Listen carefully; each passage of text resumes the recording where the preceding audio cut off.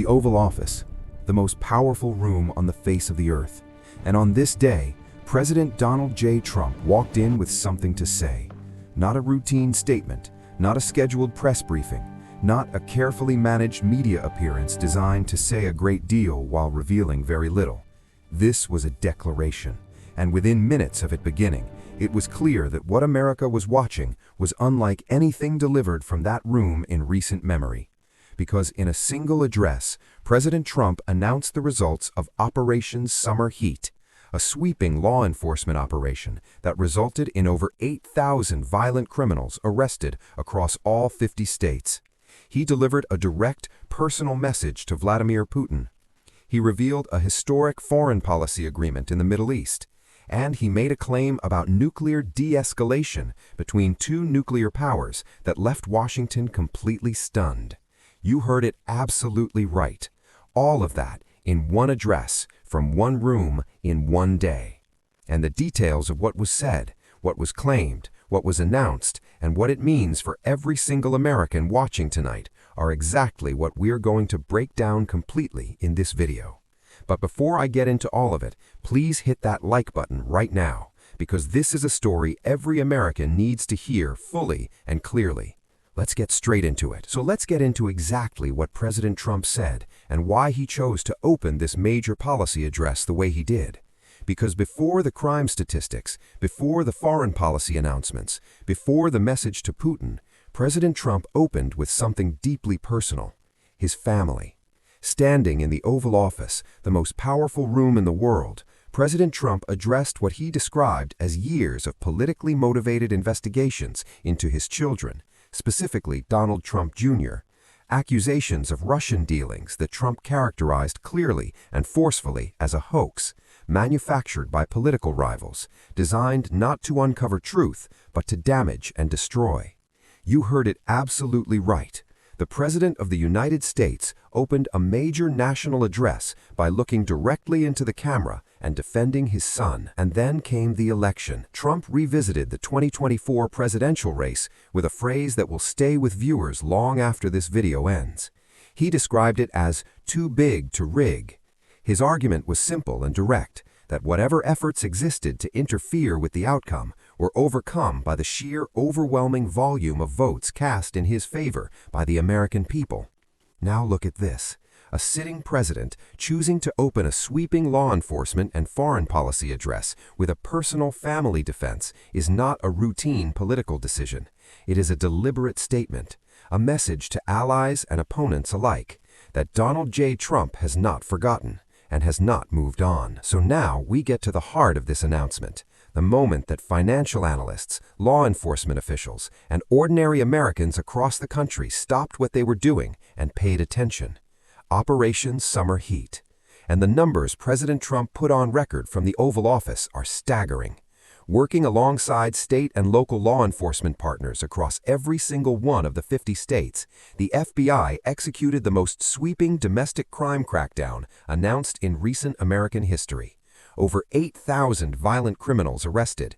You heard it absolutely right. 8,000 taken off the streets of American cities and communities in a single coordinated operation. But look at this.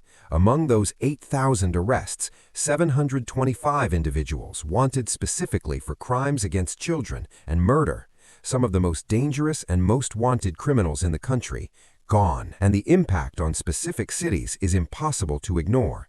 In New Orleans, in Nashville, Trump reported a 250% increase in arrests of what he described as the bad ones. 250%. And then there is Washington, D.C. itself. President Trump claimed that federal task forces have so fundamentally transformed public safety in the nation's capital that people are now returning to restaurants, walking the streets safely, living without the fear that he says defined the city for the past 4 years. This is not a modest law enforcement update. This is, if the numbers hold, a seismic shift in American public safety. And it happened on his watch. So now let's talk about what President Trump says he accomplished on the world stage. Because while Operation Summer Heat was dominating the domestic conversation, Trump was simultaneously making foreign policy claims that stopped the room completely. He had just returned from the Middle East, and what he described from that trip was not a routine diplomatic visit, not a scheduled series of meetings with foreign leaders. Trump described witnessing firsthand the celebration of what he called a historic agreement, a deal designed to end years of devastating conflict in one of the most volatile regions on Earth. You heard it absolutely right, historic. And then came the claim that arguably carried the most political weight of everything he said, that former enemies, nations and leaders who have spent years in direct opposition to American interests and to each other had endorsed this agreement, had celebrated it, had put their names to something that previous administrations spent decades trying and failing to achieve. Now look at this. These are extraordinarily significant claims, and every viewer deserves the complete and honest picture. What has been independently verified is that Trump did travel to the Middle East and participated in high-level diplomatic meetings. The full scope and binding nature of any agreements reached and the specific former enemies Trump referenced remain subjects of ongoing reporting and scrutiny. What is not in question is the ambition of what was claimed. And ambition in foreign policy always has consequences. So now we arrive at the single most startling claim of the entire Oval Office address, the one that made analysts stop, the one that made foreign policy experts lean forward, the one that, if true, represents one of the most extraordinary acts of economic diplomacy in modern American history. President Trump claimed that he personally prevented a nuclear war, not through military force, not through traditional diplomatic channels, not through the United Nations or NATO or any of the established frameworks the world has built specifically for moments of nuclear escalation. Through tariffs. Here is what Trump said happened. Two nuclear powers, Pakistan and Iran, were escalating toward what he described as a genuine threat of armed conflict, a situation serious enough that the word nuclear was on the table. And President Trump claimed that he personally intervened by threatening both nations with 200% tariffs on their economies. You heard it absolutely right, 200%. And according to Trump, within 24 hours, the threat of war was over. Now look at this. This is an extraordinary claim that deserves honest examination. What is verified is that regional tensions between Pakistan and Iran have been a documented concern for international observers.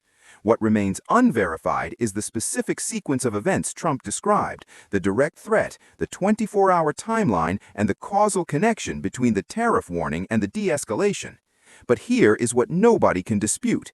If even partially true, this is a completely unprecedented use of economic power on the world stage. So now let's look at the full picture of everything else President Trump put on record in this single address. Because what makes this Oval Office announcement unlike almost anything we have seen in recent memory is not just one claim, it is the sheer, almost overwhelming scope of what was said simultaneously. Start with India. Trump revealed that Prime Minister Narendra Modi personally assured him that India, one of Russia's largest and most consistent oil customers, will stop purchasing Russian oil.